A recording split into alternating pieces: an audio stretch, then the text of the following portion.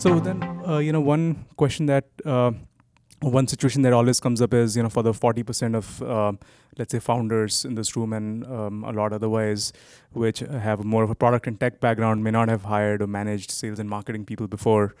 Any tips on how do you sort of, do some of the basic things, like how do you, assess, how do you create pipelines of these people? How do you even set quotas? How do you measure what success is? What did you see as some, successful or some things, some pointers in that direction in your journeys?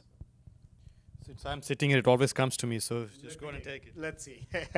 So I think it's kind of, I have a 11-year-old daughter, and when we learned science, we were never taught of like hypothesis and does your result match the hypothesis. At least I don't remember of thinking science like that. But I think it is somewhat like that. It was somewhat like that for us as the process, right? Since none of us had done any sales, very similar to most of you, he says, hey guys, everything starts with a spreadsheet. That was my background. Of course, you have an SE background. Like, okay, here's the model that we have. This year, we want to get to $4 million, okay? I think our customers can pay $140K each per deal, right? How many customers do we need? This many. Talked around our friends, like, each salesperson should be able to close 10 customers a year after they become productive. Okay, what is their quota, right? Again, there was very little science to this, and I joke around with my co-founders, like you can make any model work in an Excel spreadsheet. It's like you tweak enough parameters and the model will work and work beautifully. But I think the reason why I'm mentioning that is what you do after that from a quota or an incentive or any of those perspectives is you start with the hypothesis, but be absolutely unbiased about the results back. So when things don't work, the question is, what is not working? And you need to be very honest to yourself. Is this marketing not working for the enough pipeline? And the data supports it, those metrics. Is the sales conversion and closing not working? And if that is not working, why? Maybe the product is not ready for that market. Be very unbiased. A lot of people actually kind of put the finger quickly on the sales side, but the problem might be elsewhere, right? So I think figuring all of those pieces out and build a model. I think it's important to have a model and then tweak it. We figured out we were never getting to 140K average size deals. It was 120K, close enough. We realized we assumed the salespeople will ramp in 3 months. No, they were ramping in 5 to 6 months, right? Our quota number edged out fine because we realized once they wrapped, they were able to sell more. That was a function of our market. The demand was high. The marketing team was generating. I think the point is have a hypothesis and try to fit it back to figure out. I don't have a better answer, you might, but like quota and other things are all so varied across industries, across markets. Yeah, I think I'll be a little more sort of prescriptive about this one, which is professionals make it look easy. That's what professionals do. When you watch Sunday football, Monday morning you will criticize, but imagine yourself when a 300-pounder is running towards you and remembering that play that was supposed to be called and throwing that, right? Professionals make it look easy. Like Tom Brady does in 2.3 seconds, gets the ball out of his hands.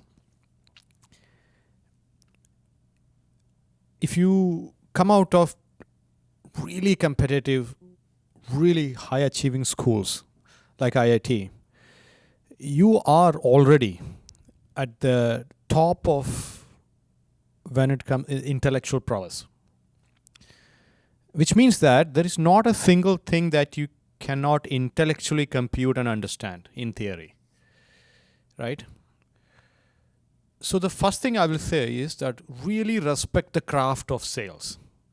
And I've always found this, that technical founders sometimes have a hard time respecting the intangible aspect of sales. And the way it manifests is that it takes away the ability for sellers to feel empowered. In the early stages of a company, you don't need a functional leader. You don't need a sales leader, marketing leader, or an engineering leader. You need builders, entrepreneurs who are coming and helping you build a company and the culture. You don't go to a doctor unless they're trained at that. Sandeep is in the room. He's helping. I've been working with him for the last 8 years with the financial planning and advising. And I'm going to pitch him. Amazing guy. If you want to talk to him, talk to him. I will never underestimate the complexity of what he does. Can I sit there and learn and do it? Probably. But not anywhere near the sort of relationship and the culture that is. Now I ask him about everything. Buying a house, I'll talk to him. Buying a car, I'll talk to him. Right? So it is sometimes difficult for really smart people to figure out that because I can't see what's happening there, that there is nothing there, everything I can figure out. If a deal doesn't happen, it is because you didn't do the objection handling properly. Now, when I go there, remember, when you go there as the founder of a company, the customer will behave differently. Because you are a Bay Area genius founder. They believe that there is something that they can learn from you, or at some point in time, they may have to come to you for a job or something. So they will always treat you well. And the meeting almost always will go well. And then 2 weeks later, you realize that the deal didn't happen. And guess what? You're going to blame the seller by saying, okay, you did not do your job. And step aside, I go there and close the deal. And it is possible that you could close that deal. But what about the second deal, the third deal, and the fourth deal? You are not doing anyone any favor by stepping in and trying to be everything for everybody. You don't hire people to do something just because you don't have time to do it. You hire people because you believe they are better than you in something. Otherwise, don't hire them. Right? It is a simple concept that I sometimes find very difficult for technical founders to internalize. Just like engineers are there to help build a company, sellers are, if you do it right, are help building company. They are not mercenaries. They are not coin-operated machines. They are missionaries. They're there because they believe in the mission that you have set forth. And the moment you treat them like a missionary, they will act like missionaries. They won't try to take this product and show it down a use case that is going to take the entire engineering down the drain. They will walk away from deals where they know that it could take the company cycles wrong. They will maximize the opportunity with the right buyers and the right profile. And they will try to help build the company. They will build the feedback. They will give references. If he's a seller, I'm a seller. I have no incentive, by the way, in any structure that I build to give my customer as a reference for him to close the deal. Because he could close the deal and I did not, and I get fired. If that's the kind of culture I built, why would I share my references with him? And if you build a company where everyone's together, that they believe that they're not going to be treated like coin operate, they're not hired and fired purely based on numbers. They are there to build the company. They will step out of their comfort zone. They will share their knowledge. They will mentor other sellers. They will cultivate the culture of togetherness. And good things happen usually after that.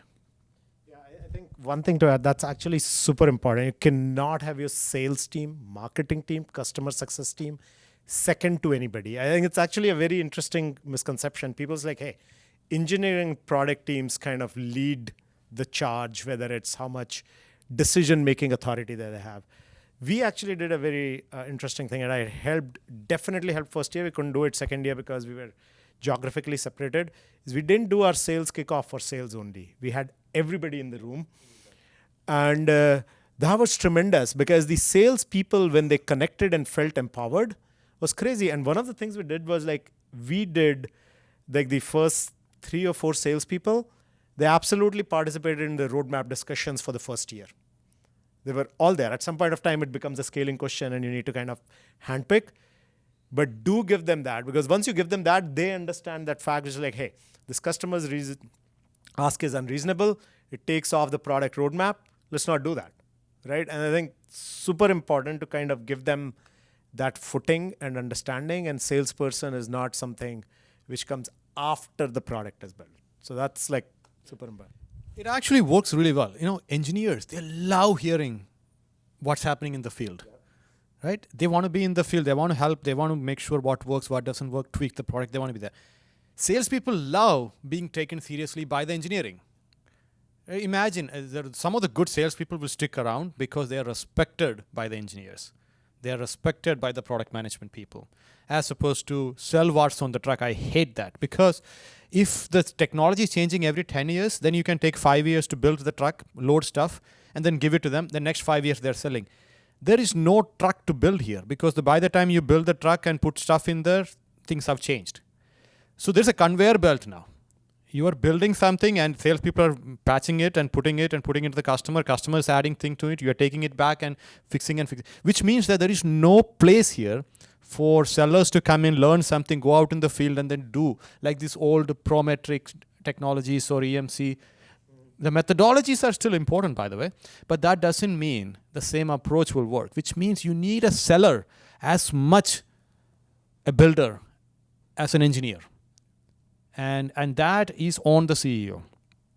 And it starts by respecting the profession, communicating that, creating a culture of mutual respect between product organization and go-to-market organizations, and then making sure that the communication and collaboration is consistently happening. I mean, Slack is so powerful, isn't it? I think you can absolutely use Slack to make that communication happen in a consistent fashion. And the sellers are going to be there in the middle of the night, helping build the company just like engineers are. Hide the bugs from the salespeople. Do not hide the bugs from the salespeople. Fully transparent. The product is broken, tell them the product is broken. We actually pulled out features back from the field after we filled in POCs. Guys, you're a single team. Yeah. There's a lot of I was part of a startup where like product management decided what to share with the salespeople or not. Why? It's like you're throwing the salesperson under the bus with a broken product. Today's world doesn't work, right? It's like fully open. They have dev channel. If there is thing broken, they say that. If they hear a competition, they say that. Completely open. In our entire company, we have literally 3 channels: sales, exec team, another channel on Slack, which is closed channel. Everything is open. And we also brought the early customers into the Slack as well. So that helps as well. When you have salespeople, SCs, the early customers, they're all in the same thing, and the engineers are talking to each other directly. Guess what? That is the one thing that you cannot have other companies do, right? The reality is every one of you probably have Microsoft as a competitor, probably, right? There is one large company out there competing with all of at least. How are you going to compete against Microsoft? Not trying to be bigger than them. You compete against the large companies trying to be smaller than them, as small as you can, because that's the one thing Microsoft cannot do. Microsoft cannot. So if you give a better pricing, guess what? Microsoft can beat you. If you show a better roadmap, guess what? They can beat you. If you throw more resources, they can absolutely beat you. If you're flying, they could fly in Satya Nadella. What they cannot do is be small.